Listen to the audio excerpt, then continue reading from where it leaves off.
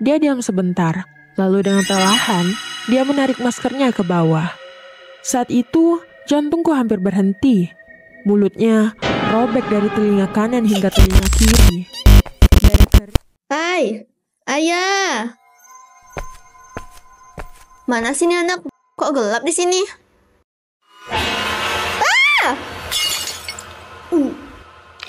Wow.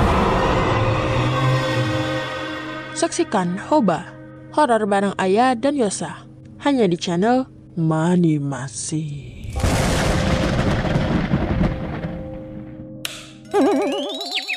Yosa!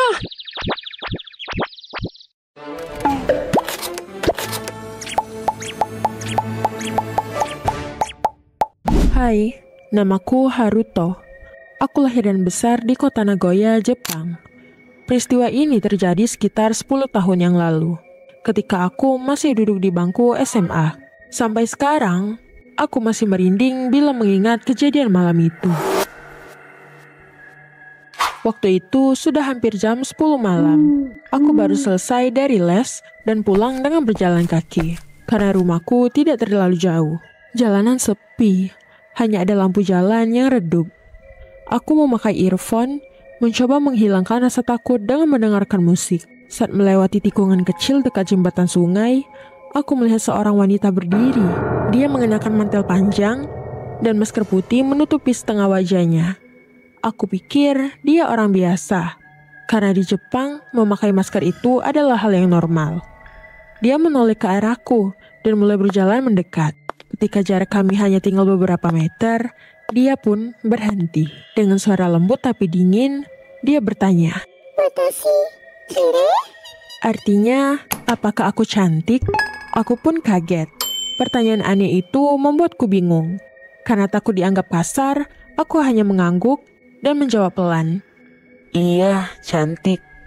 Dia diam sebentar, lalu dengan perlahan, dia menarik maskernya ke bawah. Saat itu, jantungku hampir berhenti. Mulutnya robek dari telinga kanan hingga telinga kiri. Darah kering terlihat di sekitar bibirnya. Senyum itu tampak tidak wajar, menyeramkan. Dengan suara serak, dia kembali bertanya, Kore demo kirei. kalau begini, masih cantik. Tanganku gemetar. Aku tidak tahu harus menjawab apa. Aku spontan berlari sekuat tenaga tanpa menjawab. Di belakang, aku mendengar suara langkah cepat yang menyeret dan suara logam, krek, krek, krek. Saat menoleh sedikit, aku melihat kilatan benda tajam, yakni gunting besar yang dia bawa. Aku lari melewati jalan-jalan kecil, hampir jatuh karena panik. Anehnya, setiap aku merasa berhasil menjauh, aku kembali melihat sosoknya di ujung jalan. Seperti dia selalu lebih cepat daripada yang terlihat. Aku akhirnya masuk ke sebuah toko 24 jam, konbini, yang masih buka. Begitu masuk, aku langsung terengah-engah dan mencoba menjelaskan. Kasir hanya melihatku bingung. Saat aku menoleh keluar, wanita itu sudah tidak ada. Sampai sekarang, aku tidak tahu apakah itu halusinasi, hantu, atau benar-benar Kuchisake Onna. Tapi setelah malam itu, aku tidak pernah lagi berjalan sendirian di malam hari. Kadang, saat aku pulang agak larut, aku masih merasa ada yang mengikutiku dari belakang. Malam itu, aku selamat. Tapi sampai sekarang, aku masih trauma berjalan sendirian di malam hari. Dan setiap kali aku mendengar suara logam beradu, aku teringat wajahnya, Kuchisake Onna.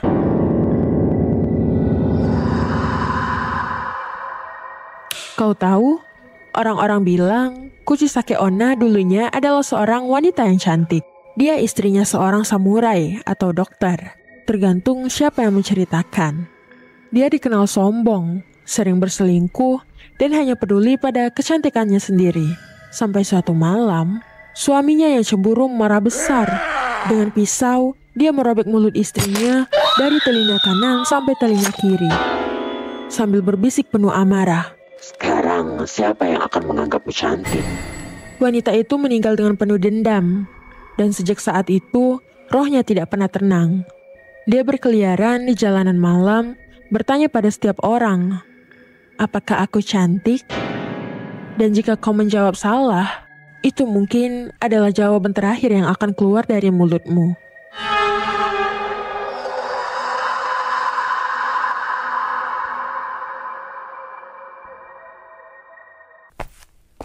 Hai, ayah. Mana sih ini anak? Kok gelap di sini?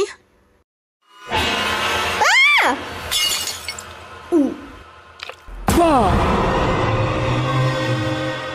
Saksikan Hoba, horor bareng Ayah dan Yosa, hanya di channel Manimasi.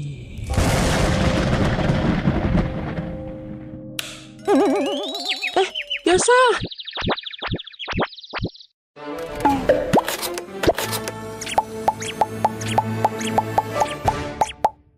Apa kamu pernah dengar suara aneh di malam hari?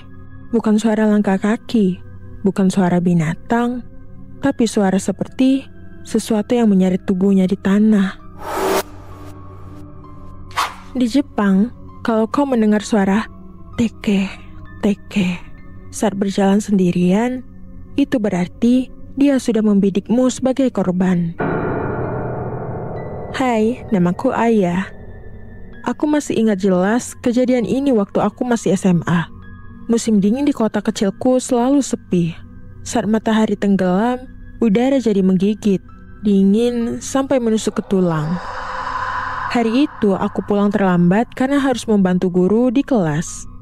Sekolah sudah kosong, lampu lorong banyak yang padam. Saat keluar gerbang, aku sadar aku harus melewati jalan setapak dekat rel kereta api, jalan pintas yang selalu membuat bulu kuduku merinding. Angin malam berhembus kencang. Hanya ada suara ranting bergesekan dan dengung listrik dari kabel di atas kepala. Aku merapatkan jaketku, menunduk, berjalan lebih cepat. Lalu, aku mendengar sesuatu. Suara itu pelan, tapi jelas sekali di telingaku, seperti ada yang menyeret sesuatu di aspal. Aku berhenti. Jantungku berdegup kencang. Kupikir mungkin hanya imajinasiku. Aku mencoba berjalan lagi, dan suara itu terdengar kembali.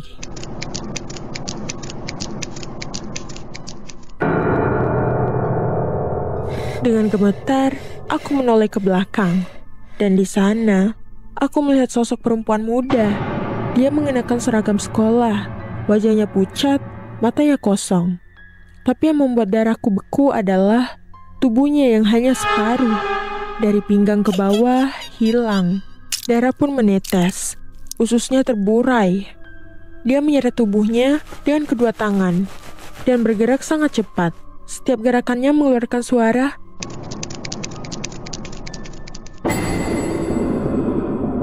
Aku membeku. Kakiku tidak bisa digerakkan. Sosok itu menatapku, lalu tersenyum aneh. Dalam sekejap, dia bergerak cepat sekali ke arahku. Aku menjerit dan langsung lari sekencang mungkin. Tapi meski aku berlari sekuat tenaga, suara itu semakin dekat. Aku menoleh ke belakang, dan dia sudah hanya berjarak beberapa meter dariku. Tangannya yang berlumuran darah terjulur, seakan ingin meraih kakiku. Orang-orang bilang, kalau teka-teka berhasil menangkapmu, dia akan memotong tubuhmu menjadi dua, supaya nasibmu sama dengannya. Aku hampir jatuh karena panik. Aku melihat jembatan kecil di depan, dengan cahaya lampu jalan. Dengan sisa tenaga, aku berlari ke sana. Saat aku melewati jembatan itu, suara teka-teka pun tiba-tiba hilang. Aku menoleh lagi, dia sudah tidak ada. Malam itu, aku selamat. Tapi aku tahu, kalau aku sedikit saja terlambat, tubuhku mungkin sudah terbelah dua. Konon, teke-teke dulunya adalah seorang siswi SMA. Dia jatuh ke rel kereta api saat terburu-buru pulang sekolah. Tubuhnya terpotong dua, dan arwahnya tidak pernah tenang. Sejak saat itu, dia berkentayangan, mencari orang lain untuk bernasib sama. Suara teke-teke yang kita dengar adalah suara tubuhnya yang terbelah, menyeret di tanah saat mengejar mangsanya. Jadi, kalau suatu malam kau berjalan sendirian dan mendengar suara itu di belakangmu, Berdoalah kau bisa lari lebih cepat darinya.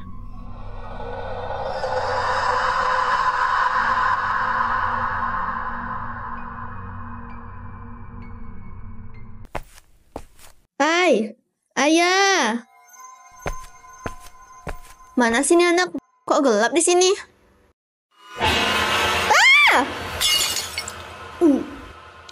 Wow.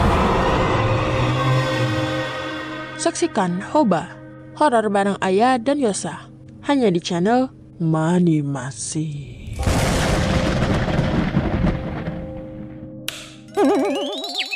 Yosa!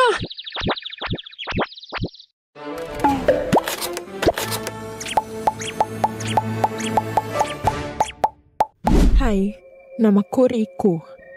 Ini terjadi saat aku masih SMP, kira-kira kelas 2. Sekolahku terkenal tua, dengan lorong panjang yang dingin. Dan tentu saja, toilet sekolahnya pun terkenal angker. Teman-temanku sering menakut-nakuti. Katanya, kalau malam hari, ada sosok pria misterius di toilet. Mereka menyebutnya Akamanto, si jubah merah. Aku selalu menganggap itu hanya cerita anak-anak, sampai kejadian pada malam itu. Aku ikut kegiatan klub sampai sore, dan selesai agak malam. Sekolah udah sepi, hanya ada suara jangkrik di luar jendela. Perutku tiba-tiba sakit. Aku buru-buru masuk ke toilet paling ujung, toilet lantai 3. Toilet itu dingin, lampu neon berkelap-kelip, dan entah kenapa baunya sangat menyengat malam itu. Aku masuk ke bilik ketiga. Baru saja duduk, tiba-tiba aku mendengar suara lirih. Mau kertas merah atau kertas biru? Aku membeku. Suara itu jelas sekali datang dari bilik sekolah. Suara pria, dalam dan menyeramkan. Aku mencoba menenangkan diri. Mungkin hanya teman yang bercanda. Aku menjawab dengan gemetar. Aku tidak butuh kertas. Tapi suara itu semakin dekat. Pilih merah atau biru? Aku ingat cerita teman-temanku. Kalau pilih merah, tubuhmu akan disayat sampai berdarah. Kalau kamu pilih biru, maka lehermu dicekik sampai wajahmu membiru. Tanganku gemetar. Keringat dingin mengalir di punggungku. Tiba-tiba, suara bilikku bergetar. Duk, duk, duk. Seakan ada yang mencoba membukanya dari luar. Suara itu terdengar lagi, lebih keras. Merah atau biru? Aku panik. Aku teriak sekencang mungkin, lalu menendang pintu dan lari keluar. Saat melewati cermin besar di depan pintu toilet, aku sempat melihat ada bayangan sosok pria dengan jubah merah panjang. Tapi wajahnya tertutup topeng putih tanpa ekspresi. Sejak malam itu, aku bersumpah tidak akan pernah masuk ke toilet lantai 3 sendirian lagi. Orang-orang bilang, satu-satunya cara selamat dari Akamanto adalah menolak pilihannya dan langsung kabur. Tapi jujur saja, sampai sekarang aku masih mendengar bisikan itu.